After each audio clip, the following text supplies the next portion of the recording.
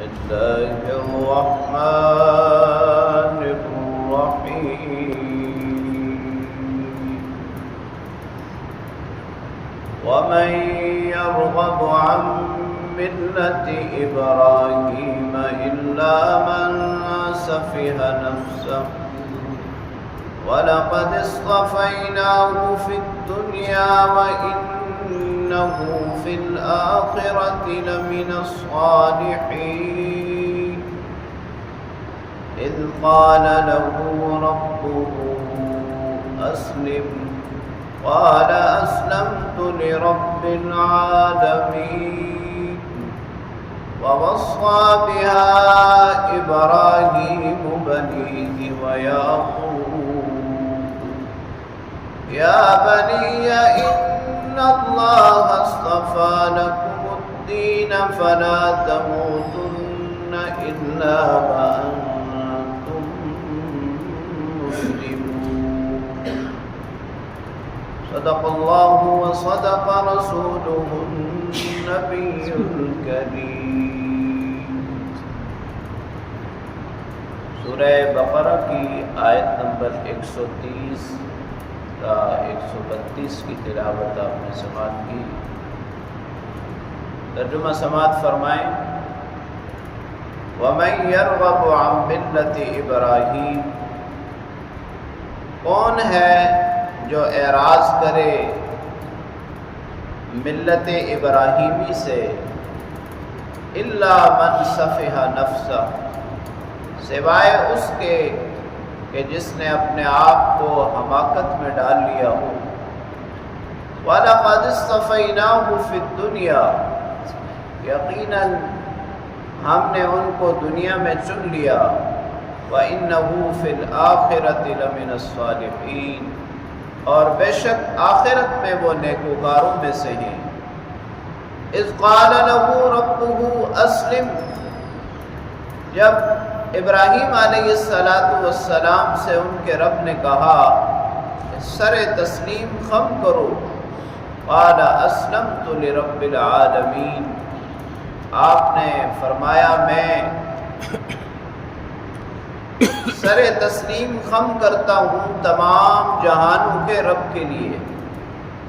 وَوَصَّى بِهَا إِبْرَاهِيمُ بَنِيهِ وَيَعْقُوبُ، اور وصیت کی ابراہیم علیہ السلام نے اپنے بیٹوں کو، اور اسی طرح یعقوب علیہ السلام نے اپنے بیٹوں کو۔ یا بنی، اے بیٹو، اے میرے بیٹو، ان اللہ اصطفیٰ لکم الدین، اللہ تعالیٰ نے تمہارے لیے یہ دین چن لیا ہے۔ فلا تموتن الا وانتم مسلمون، تمہیں اسلام کی حالت میں ہی موت آئے۔ عبداللہ ابن سلام رضی اللہ تعالی عنہ بہت بڑے یہودی عالم تھے۔ جب آپ رسول اللہ صلی اللہ علیہ وسلم کی ختم نبوت پر ایمان لے آتے ہیں تو آپ اپنے دو بھتیجوں کو اسلام کی دعوت دیتے ہیں۔ ان میں ایک دعوت قبول کر کے مسلمان ہو جاتا ہے اور دوسرا دعوت قبول نہیں کرتا۔ اس کے بارے میں یہ آیت کریمہ نازل ہوتی ہے کہ ملت ابراہیمی سے اعراض کرنے والا کوئی احمق ہی ہو سکتا ہے، ورنہ اللہ رب العالمین نے انہیں دنیا و آخرت میں ایک بہت بڑا مقام عطا فرمایا ہے۔ اور یہاں ان یہود کا جواب بھی ہے جو اپنے آپ کو ملت ابراہیمی کا پیرو سمجھتے تھے، حالانکہ ملت ابراہیمی تو یہ ہے کہ اللہ رب العالمین کے بھیجے ہوئے پیغمبر پر ایمان لایا جائے۔ جب اللہ رب العالمین نے ابراہیم علیہ السلام کو بھیجا تو ان پر ایمان لانا اسلام تھا۔ اسی طرح موسیٰ علیہ السلام کو جب بھیجا تو ان پر ایمان لانا اسلام تھا۔ پھر عیسیٰ علیہ السلام کو بھیجا تو ان پر ایمان لانا، اور پھر خاتم النبیین جناب محمد الرسول اللہ صلی اللہ علیہ وسلم پر تو دین کی تکمیل ہو جاتی ہے۔ تو ملت ابراہیمی کا پیروکار وہی ہے جو رسول اللہ صلی اللہ علیہ وسلم پر ایمان لایا۔